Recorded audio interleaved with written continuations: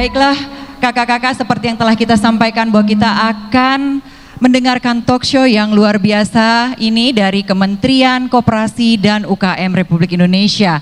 Telah hadir di tengah-tengah kita Bapak Dr. Julius MA, Deputi Bidang Usaha Mikro Kementerian Koperasi dan UKM Republik Indonesia.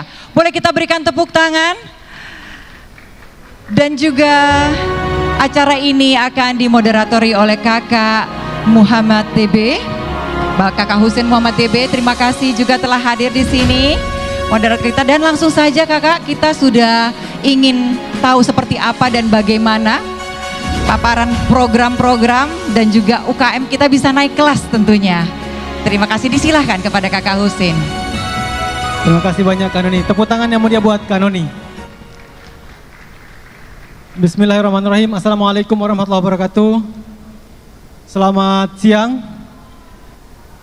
Salam, Om Swastiastu, Namo Buddhaya, salam kebajikan. Kakak-kakak yang saya hormati, siang hari ini adalah sesi yang paling pertama rangkaian talk show UKM yang digerakkan oleh Partai Nasdem. Kita beri tepuk tangan dulu yang mulia buat kita semua kakak. Ini masih ada beberapa kursi yang masih kosong kakak. Mohon disampaikan kepada seluruh UMKM yang hadir dalam kegiatan yang monumental pada siang hari ini. Karena sungguh yang hadir di tengah-tengah kita adalah orang yang punya kapasitas yang luar biasa, yang akan menyampaikan banyak hal tentang bagaimana UMKM yang didampingi oleh Nasdem ini punya kreativitas yang lebih, punya gerak yang baik, punya cara yang produktif untuk meningkatkan produktivitas UMKM. Hadir di tengah-tengah kita Dr. Julius MA, Deputi Bidang Usaha Mikro Kementerian Koperasi dan UKM. Kita beri tepuk tangan dulu yang mulia buat beliau. Kakak-kakak yang saya hormati, talk show hari ini kita hanya punya waktu 30 menit, maka kegiatan kita hari ini harus dimanfaatkan secara detail. Pak Dr. Julius, kita punya waktu hanya 30 menit. Saya mohon sangat hormat kepada Bapak untuk menyampaikan apa sebenarnya hal yang paling produktif untuk kemudian bisa secara sinergis antara Kementerian Koperasi dengan UMKM yang didampingi oleh Nasdem ini. Secara sederhana saya mau menyampaikan ke Pak Dr. Julius bahwa ini ada 300 UMKM seluruh Indonesia yang datang dari pelosok-pelosok daerah yang ingin melihat bangsa ini lebih baik melalui gerakan yang dilakukan oleh Nasdem. Oleh karenanya kesempatan yang baik ini saya minta Pak Dr. Julius untuk menyampaikan kira-kira apa saja program yang paling pas yang bisa disampaikan dan bisa diberikan oleh Kementerian kepada UMKM kita sehingga mereka lebih bisa terbantu, mereka bisa lebih mandiri, mereka bisa lebih produktif dalam kegiatan-kegiatan UMKM mereka di daerah. Waktu dan kesempatan saya persilakan. Beri tepuk tangan yang meriah buat Pak Dr. Julius. Terima kasih Pak Muhammad DB sebagai moderator. Assalamualaikum warahmatullahi wabarakatuh. Salam sejahtera bagi kita semua. Pertama-tama saya ucapkan terima kasih atas undangan yang sangat membanggakan ini, terutama kepada teman-teman 300 UMKM yang hadir dalam acara hari ini. Kedua, kita ucapkan puji syukur kepada Hadirat Subhanahu wa Ta'ala yang memberikan kesempatan kepada kita untuk acara yang sangat penting ini. Seperti Pak Muhammad DB katakan, mungkin saya akan menceritakan program-program prioritas apa ya ke depan saat ini dan ke depan yang akan didorong yang nanti mudah-mudahan bisa meningkatkan kualitas UMKM, dengan istilahnya agar UMKM itu naik kelas. Sebenarnya kalau kita berbicara UMKM itu usaha mikro kecil menengah. Dan kalau kita lihat kebijakan pemerintah ini dibuat ada perbedaan antara mikro, kecil, menengah. Kalau yang mikro kita sifatnya memfasilitasi agar mereka bisa berbisnis. Jumlahnya itu hampir 62 juta. Fasilitasi apa? Pertama, memberikan kemudahan dalam melakukan bisnis, menyediakan pasar kepada mereka, dan mempermudah bertransformasi dari usaha informal menjadi formal. Kenapa usaha informal menjadi formal itu penting? Karena dengan begitu kita akan lebih mudah membuat kebijakan-kebijakan yang mendorong usaha mikro itu. Yang kedua, segmen berikutnya kecil dan menengah. Kalau mikro itu apa istilah bisnis yang relatif subsisten. Mereka itu berbisnis bukan karena punya jiwa kewirausahaan, bukan karena mereka punya jiwa bisnis, tapi mereka itu masuk bisnis karena keterpaksaan. Mereka tidak punya lapangan pekerjaan, mereka juga relatif kemampuan berbisnisnya tidak ada, SDM-nya terbatas. Nah, ini kita akan terus menjaga mereka agar tidak sampai jatuh kepada kemiskinan, untuk menjaga. Ya, untung-untung ada yang bisa naik kelas, bukannya hal nggak mungkin, tapi ini kebijakannya. Kalau kebijakan kedua, khusus kecil dan menengah. Kecil dan menengah ini yang akan kita dorong naik kelas. Mereka bisa ekspor, ya. Mereka diberikan pelatihan yang lumayan canggih dan besar, bagaimana memasarkan produk. Nah, ini yang bisa kita angkat supaya mereka naik kelas. Dari dua kebijakan yang cukup ekstrem berbeda ini, maka kita akan lebih fokus. Nah, ada beberapa hal yang saya sampaikan di sini adalah transformasi dari informal ke formal. Bagaimana caranya? Kita pengen baru UMKM ini terdaftar bisnisnya. Jadi dia terdaftar bisnisnya dari NIB. Jadi mungkin pernah dengar nomor induk berusaha. Nah, ini kita dorong supaya NIB itu terdaftar. Kenapa begitu? Kalau kita terdaftar, nanti pemerintah akan mudah membuat kebijakan yang tepat sasaran.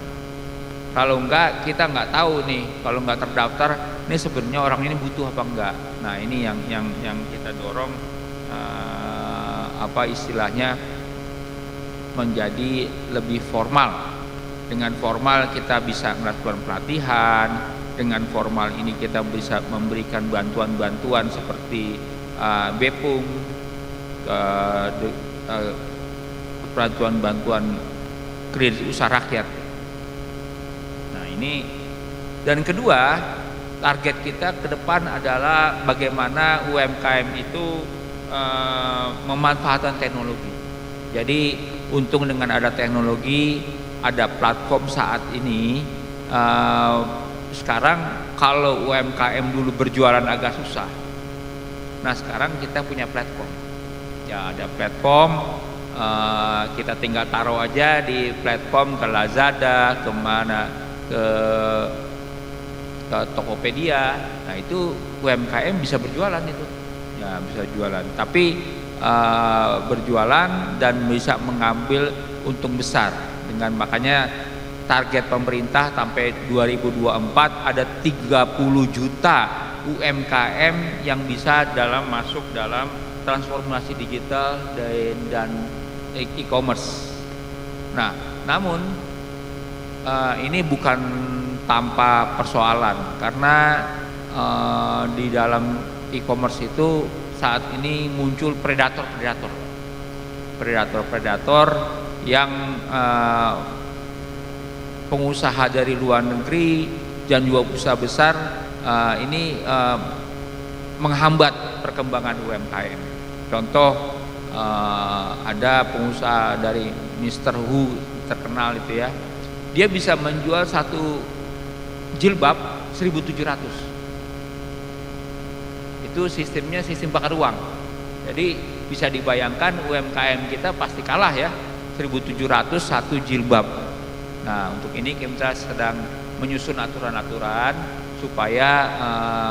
supaya ini tidak menjadi predator ini makin berjalan. Kebijakan berikutnya yang saya katakan tadi, sulit bagi usaha mikro untuk naik kelas. Salah satu caranya kita membuat relationship, hubungan kerjasama antara pengusaha mikro UMKM dengan pengusaha besar. Nah, ini diharapkan usaha UMKM ini menjadi supplier bagi pengusaha besar. Tanpa ada kerjasama seperti itu, UMKM dibiarkan sendiri juga nggak akan bisa, dia akan bertanding dengan usaha besar. Nah, begitu juga mindset usaha besar, dia harus tahu bahwa bekerja sama dengan UMKM itu menguntungkan. Karena apa? Dia punya, UMKM itu punya biaya tenaga kerja yang murah, biaya material yang murah, sementara usaha besar mempunyai biaya yang cukup tinggi.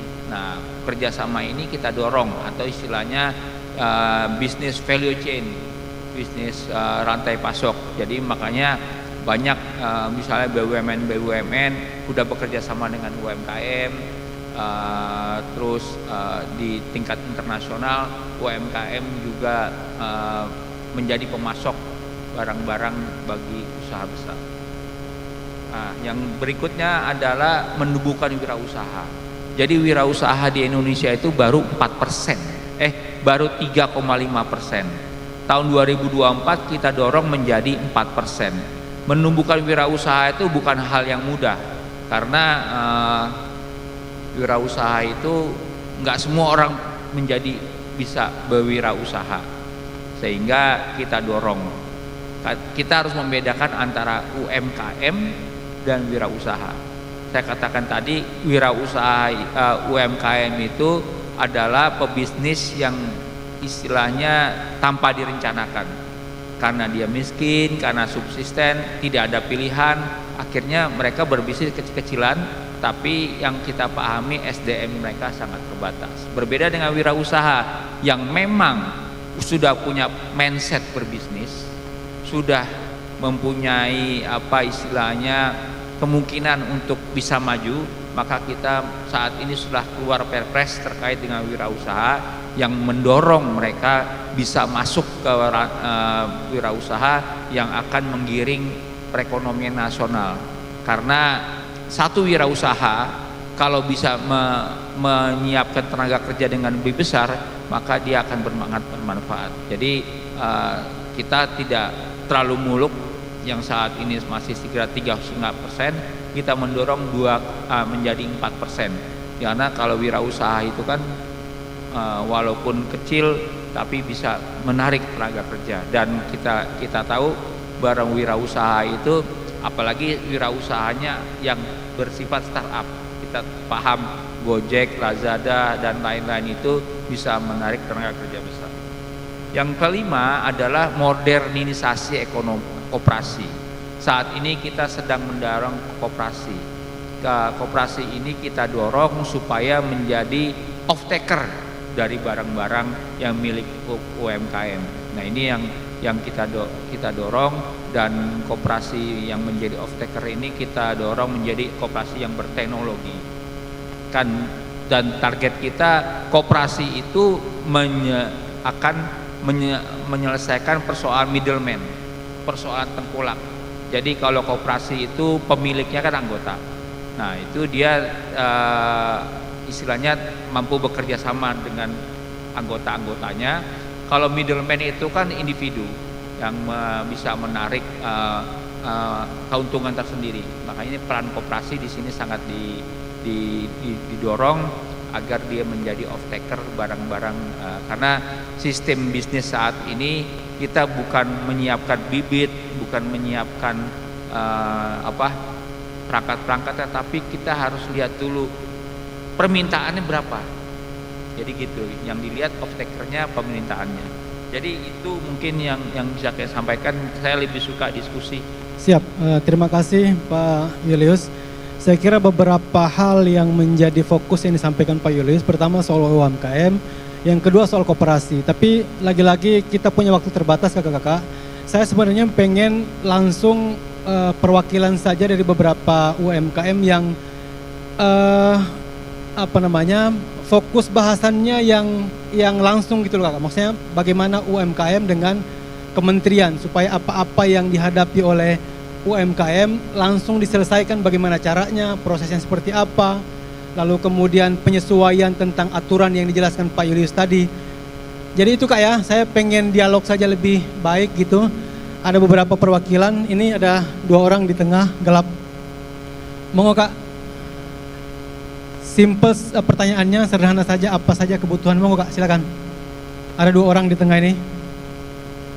Ya, kita punya waktu terbatas kakak-kakak, jadi mohon apa yang menjadi kebutuhan kakak-kakak di UMKM yang kemudian bisa difasilitasi, dituntaskan, diselesaikan secara detail oleh kementerian yang nanti diwakili Pak Dr. Julius. Monggo kak. Terima kasih. Assalamualaikum warahmatullahi wabarakatuh. Waalaikumsalam warahmatullahi. Kabupaten Ngawi. Putus-putus kak. Dari UMKM mana? Saya perwakilan dari UMKM Kabupaten Ngawi. Oke, Ngawi. Di sini saya hanya menghimbau saja bagaimana pemasaran untuk menunjang UMKM supaya bisa segera naik kelas. Karena selama ini dari dinas selalu ada pelatihan, ada diklat, tapi hanya berhenti di tempat dan tidak ada tindak lanjut untuk pemasaran ke depannya. Terima kasih.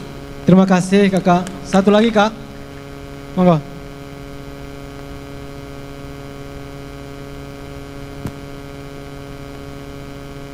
Masih ada lagi yang bertanya? Ya. Oke. Terima kasih, saya Lili dari Surabaya. Surabaya kak. Senang sekali saya bisa bertemu dari pihak kementerian. Kami di daerah ini Pak sangat berharap sekali kebijakan-kebijakan yang ada di pemerintah untuk semua dinas atau kantor-kantor pemerintah maupun BUMN membeli atau dalam pengadaan keperluan atau kebutuhan kantor memakai produk-produk dari UMKM. Itu yang sering digaungkan oleh Bapak Presiden juga seperti itu. Tapi pada kenyataannya sama juga di daerah, kebetulan kami di Jawa Timur ingin ikut berperan serta, misalkan dalam kantor-kantor itu kan mulai dari seragam, mulai dari kebutuhan-kebutuhan yang ada di situ, misalkan makanan Pak, ini di ruang ini luar biasa, makanan, minuman, keripik-keripik, sajian-sajian yang tentunya setiap kantor akan memerlukan makanan kecil seperti itu. Nah ini bagaimana bisa produk-produk mereka yang sangat sudah bagus sekali itu bisa ada di mejanya Ibu Gubernur, ada di meja-mejanya kantor-kantor, itu sangat luar biasa bagi kami. Baik, kakak. Jadi harapan-harapan itu yang kami inginkan, kebijakan bisa sampai tingkat paling bawah. Terima kasih banyak kak. Siap. Ya, monggo kak.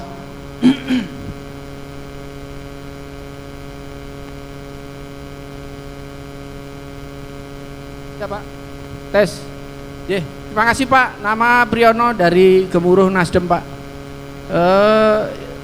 Permasalahan pelatihan itu sebetulnya sudah sering dilakukan Pak dari beberapa pihak, pelatihan entrepreneur. Hanya kendalanya Pak, pertama dari segi permodalan khususnya bagi generasi muda Pak. Ini kalau di luar negeri itu ijazah itu bisa buat jaminan Pak. Tapi kalau di Indonesia ini jangankan ijazah, sertifikat aja kadang-kadang sulit untuk bisa mendapatkan bantuan dana yang memadai. Yang kedua, ya itulah makanya kami berharap kementerian bisa mendorong untuk pemerintah ini lembaga pembiayaan ini lebih mempermudah lagi dalam pembiayaan khususnya bagi pemula tadi Pak, bagi mereka yang baru berusaha, karena kita ini sebagai ormas-ormas ini sering melakukan pelatihan kewirausahaan, tapi permasalahannya satu tadi masalah pendanaan, yang kedua masalah tempat Pak. Jadi bagaimana lahan-lahan yang sebenarnya tidak produktif itu menurut saya bisa dimanfaatkan untuk lokasi bagi para pedagang-pedagang. Seperti KPK kan sekarang memberikan kemudahan aset-aset sitaan itu dikerjasamakan untuk pengembangan usaha-usaha. Nah, ini kami berharap kementerian bisa mendorong Pak untuk lahan-lahan tidak produktif atau lahan-lahan kosong khususnya punya pemerintah daerah atau pemerintah pusat untuk bisa dikerjasamakan dalam lokasi-lokasi usaha Pak. Terima kasih. Baik, terima kasih Kak Priyono, Gemuruh Nasdem. 3 dulu Kak ya, nanti kita akan beri waktu lagi ketika nanti ada waktu cukup. Pertama ini soal strategi Pak Julius, soal strategi UMKM yang ada sekarang, bagaimana kemudian naik kelas. Ini kan prasyarat juga nih, bagaimana pendampingan, bagaimana kemudian yang tadi ditanya yang ketiga soal ada support dana juga supaya lebih kuat dia. Pertanyaan kedua ini soal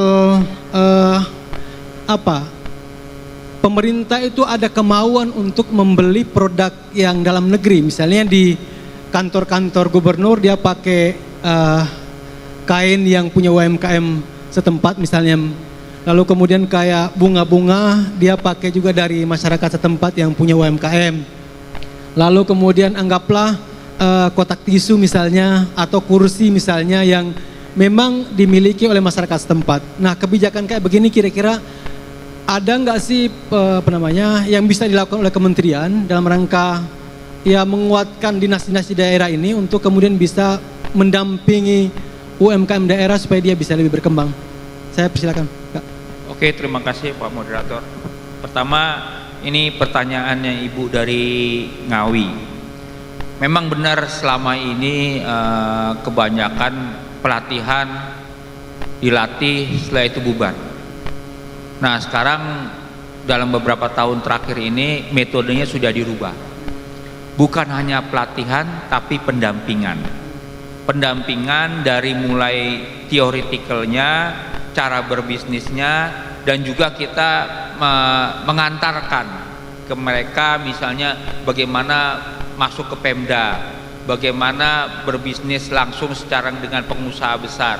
Nah, ini sekarang metodenya bukan hanya pelatihan tapi pendampingan secara real. Pendampingan ini juga teman-teman yang dilatih itu didorong untuk bekerja sama dengan pengusaha-pengusaha besar melihat secara real. Jadi sekarang kebijakannya sudah berubah, Bu, yang Ibu dari Ngawi tadi, bukan hanya pelatihan tapi pendampingan. Bu Lili dari Surabaya mengatakan bahwasannya kita sudah punya aturan sebenarnya, Bu. Jadi 40% barang-barang UMKM yang dipakai oleh kementerian dan lembaga dan dinas itu harus memakai produk-produk UMKM. Itu merupakan sebuah peraturan pemerintah. Jadi kalau misalnya tidak begitu, nanti akan ada semacam sanksi dari pemerintah jika kementerian lembaga, Pemda tidak memakai produk UMKM. Nah, untuk mendaftarkannya gimana? Itu ada namanya e-katalog yang bisa didaftarkan ke LKPP. Jadi kita daftar di e-katalog, misalnya Ibu punya jualan rotan atau jualan batik.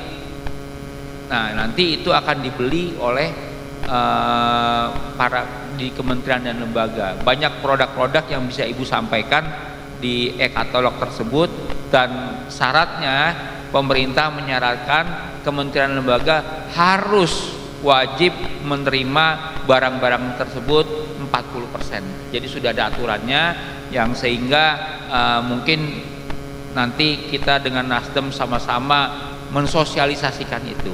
Jadi ini pertama sosialisasi itu yang kurang selama ini dilakukan, bahwasannya tadi sampai ada pertanyaan itu berarti kan mereka nggak tahu, bukan karena nggak ada kegiatan tersebut, cuman karena sosialisasi nggak nyampe. Nah ini mungkin kita sama-sama antara pemerintah dan partai politik untuk mendorong supaya sosialisasi itu nyampe ke teman-teman di partai, teman-teman di ini, sehingga ini program yang sangat positif ini harusnya kita dorong. Jadi ketiga, nah ini terkait dengan pelatihan ada satu lagi yang sampai saat ini yang kita tahu bahwasannya kita punya program kredit usaha rakyat. Kredit usaha rakyat itu bunganya itu sangat rendah, yaitu 6%. Dan kredit sampai di bawah 100 juta itu tanpa agunan. Dan itu kita dorong. Dan juga saat ini kita punya program klaster. Jadi klaster pertanian, klaster bibit, klaster barang-barang keripik atau klaster batik. Nah ini bisa kita memberikan pinjaman bagi satu individu sampai maksimal 500 juta. Jadi kalau dalam klaster tersebut ada 10, 500 kali 10. Dalam klaster itu ada 10, 20 klaster UMKM. Nah itu kita kalikan. Jadi dalam peraturan pemerintah itu kita bisa memberikan pinjaman kepada satu individu di klaster tersebut sampai maksimal 500 juta. Jadi seperti pertanyaan tadi Pak Priyono, skim-skim itu sudah banyak. Dan juga untuk skim yang lebih rendah lagi, misalnya penjual-penjual yang sampai maksimal 5 juta, itu ada namanya di bawah BUMN namanya PNM. PNM itu memberikan pinjaman tanpa agunan, utamanya kepada ibu-ibu. Kepada ibu-ibu yang kita dorong pinjamannya yang relatif rendah, yaitu 500 juta. Banyak hal itu, belum lagi nanti bank-bank juga mendorong untuk itu. Dan kedua, terkait dengan bank itu, pinjaman itu penilaiannya tidak semata-mata lagi kolateral, tapi karena namanya credit scoring. Jadi credit scoring ini yang bisa memantau perkembangan UMKM. Tanpa agunan kita bisa berikan pinjaman. Credit scoring misalnya gini, misalnya si A meminjam uang ke bank, dia mengaku misalnya dagang di Bogor. Nah dengan credit scoring itu kita bisa tahu dia bohong apa enggak, karena kepakai IT kan. Tiap pagi kita lihat aja dia masih di Jakarta terus apa ke Bogor. Nah itu dengan ada teknologi diharapkan kita bisa memberikan pinjaman dengan tanpa agunan tersebut. Ya, terima kasih Pak Dr. Julius.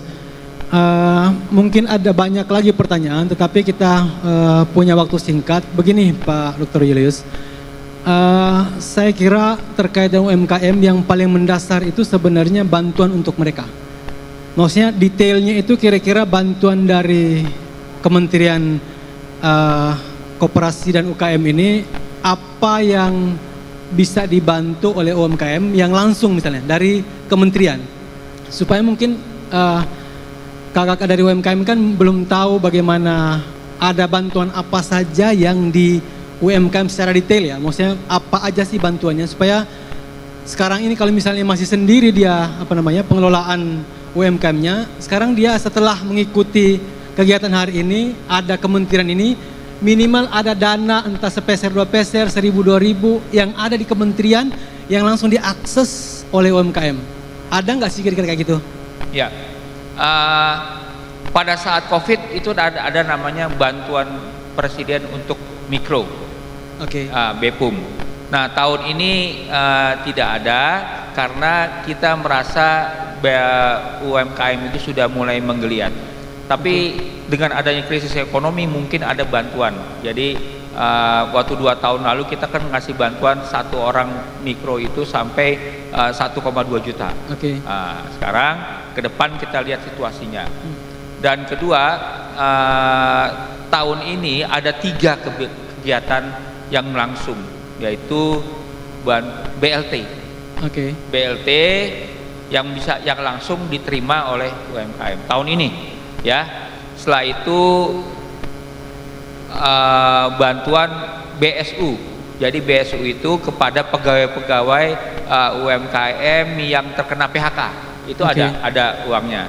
Dan kita juga mengalokasikan uang dari yang disalurkan kepada pemerintah daerah melalui dana DAK itu mendorong pada UMKM. Nah, itu semua bisa diakses, Pak.